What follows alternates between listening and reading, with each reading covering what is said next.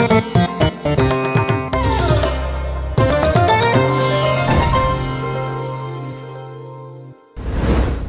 প্রিয়জনেরা, প্রভু যীশু খ্রিস্টের নামে সকলকে আমি জানাই অভিনন্দন। কেমন আছেন আপনারা? সবাই ভালো আছেন তো? প্রভুতে সর্বদা আনন্দে থাকতে হবে। এই জীবনে দুঃখ, কষ্ট, যন্ত্রণা তো আসবেই, এর মধ্যেই আনন্দিত হতে হবে।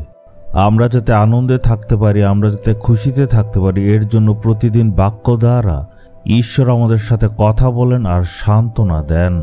এই জায়গাটা নিশ্চয় আপনারা এখন দেখছেন, খুবই সুন্দর জায়গা, একটা আমের বাগান, অনেক আম গাছ। আমাদের জিজাস রিডিমস মিনিস্ট্রির জন্য এটা দেওয়া হয়েছে। এর মানে হচ্ছে এটা প্রভু যিশুর বাগান। আমাদের সেবা কাজের সুবিধার্থে ঈশ্বর এমন ধরনের বাগান অনেকগুলি দিয়েছেন। আমি এখানে প্রায় আসি আর প্রার্থনা করি, বসে করি, দাঁড়িয়ে করি, হাঁটু গেড়ে করি, অনেক সময় চাটাই নিয়ে আমি আসি আর এখানে বসে আমরা অনেকজনে মিলে প্রার্থনা করি। আপনারাও যাতে প্রার্থনার জীবনে উন্নতি করতে পারেন, এর জন্য আজকে আমি আপনাদের উৎসাহ দিচ্ছি। আপনি যদি চান, আপনি বাইরে যেতে পারেন, হাঁটতে হাঁটতে একা একা প্রার্থনা করতে পারেন। এইভাবে ব্যক্তিগত প্রার্থনাতে এগোতে হবে। এমন প্রার্থনা করলে ঈশ্বরের উপস্থিতি অনুভব করবেন। আচ্ছা, কালকে কিন্তু একটা বিশেষ দিন, কি জানেন? জাগরণ উৎসব।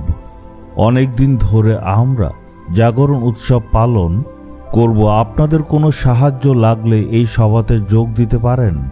এটা শান্তির উৎসব, চমৎকারের জন্য, অলৌকিক কাজের জন্য, আবার আশীর্বাদের জন্য আলাদা সভা আছে। যুবকদের জন্য আলাদা, বাচ্চাদের জন্য আলাদা। আপনারাও এই মহান উৎসবে আসতে পারেন, এই জাগরণ উৎসবে যোগদান দিতে পারেন। ঈশ্বর প্রতিজ্ঞা করেছেন আমাদের যারা যারা এখানে আসবে তাদের জীবনে ঈশ্বর অলৌকিক কাজ করবেন। এই সভার জন্য আমরা অনেক অপেক্ষা করছি, অনেক আশা নিয়ে আছি, আমরা অনেক প্রার্থনা করছি। আপনারা নিশ্চয় আসবেন। আপনার সুবিধা অনুসারে কোন দলে যোগ দেবেন সে অনুসারে যোগ দিন, আপনি আশীর্বাদ পাবেন। ঠিক আছে, ঈশ্বরের বাক্যর জন্য আজকে কি আপনি প্রস্তুত? চলুন দেখি গীতসংহিতার 40 অধ্যায়ের 17 পদে। এখানে ঈশ্বরের এক দাসের প্রার্থনা লেখা আছে। এমন প্রার্থনা আমাদেরও করা উচিত। তুমি আমার সহায় ও আমার রক্ষাকর্তা। হে প্রভু, আপনি হচ্ছেন আমার সহায় ও আপনি আমার রক্ষাকর্তা।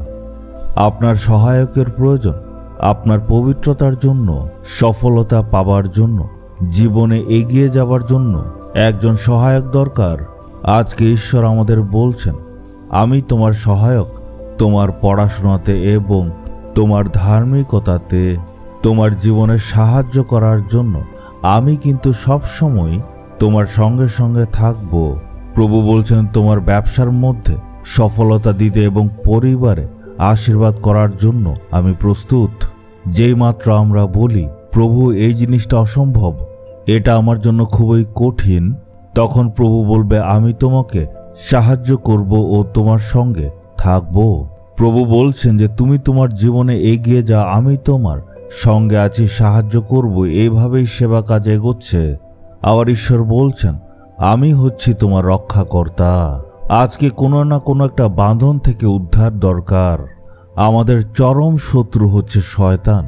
সে আমাদেরকে ভীত করতে চায়, সবসময় আমাদের সে হারানোর চেষ্টা করে, বাঁধনে রাখতে চায়। আমাদের নিরাশার মধ্যে সে ঠেলে দেয়, আমাদের জীবনে সংকট নিয়ে আসে। সেই সময় আমাদের প্রয়োজন একজন রক্ষাকর্তা। ঈশ্বর বলছেন, তুমি ভয় করবে না, আমি তোমার রক্ষাকর্তা। আমি যখন আমার জীবনে পেছনে তাকাই, আমি দেখতে পাই কত রকম সমস্যা, অনেক উদাসীনতা ছিল, কিন্তু ঈশ্বর বলেছেন, আমি সঙ্গে আছি, আমি রক্ষা করব। তাই আজ আমি আনন্দিত। আপনিও এমনটাই প্রার্থনা করুন, প্রভু আপনি রক্ষাকর্তা আর আপনি হচ্ছেন আমার সহায়। এই জন্য হে প্রভু, আপনি সকল বিপদ আপদ থেকে, অসুস্থতা থেকে রক্ষা করবেন। মনে সাহস নিয়ে যদি আজকে আপনি প্রার্থনা করেন, একটা অলৌকিক কাজ দেখবেন। যেই পরিস্থিতির জন্য আপনি ভয় করছেন সেটা উনি পাল্টে দেবেন। সবকিছু পাল্টে দিয়ে অলৌকিক কাজ উনি করবেন। প্রভু চায় যাতে সবসময় আপনি প্রার্থনাতে চান। পিতর যখন জলে ডুবে যাচ্ছিল, সে চিৎকার করে যিশুকে ডাকলো, যিশু তাকে রক্ষা করলেন। একইভাবে আমরা যদি না চাই আমরা ডুবে যাব। আমরা ঈশ্বরকে বলবো, আপনি আমাদের সহায়, আপনি রক্ষাকর্তা।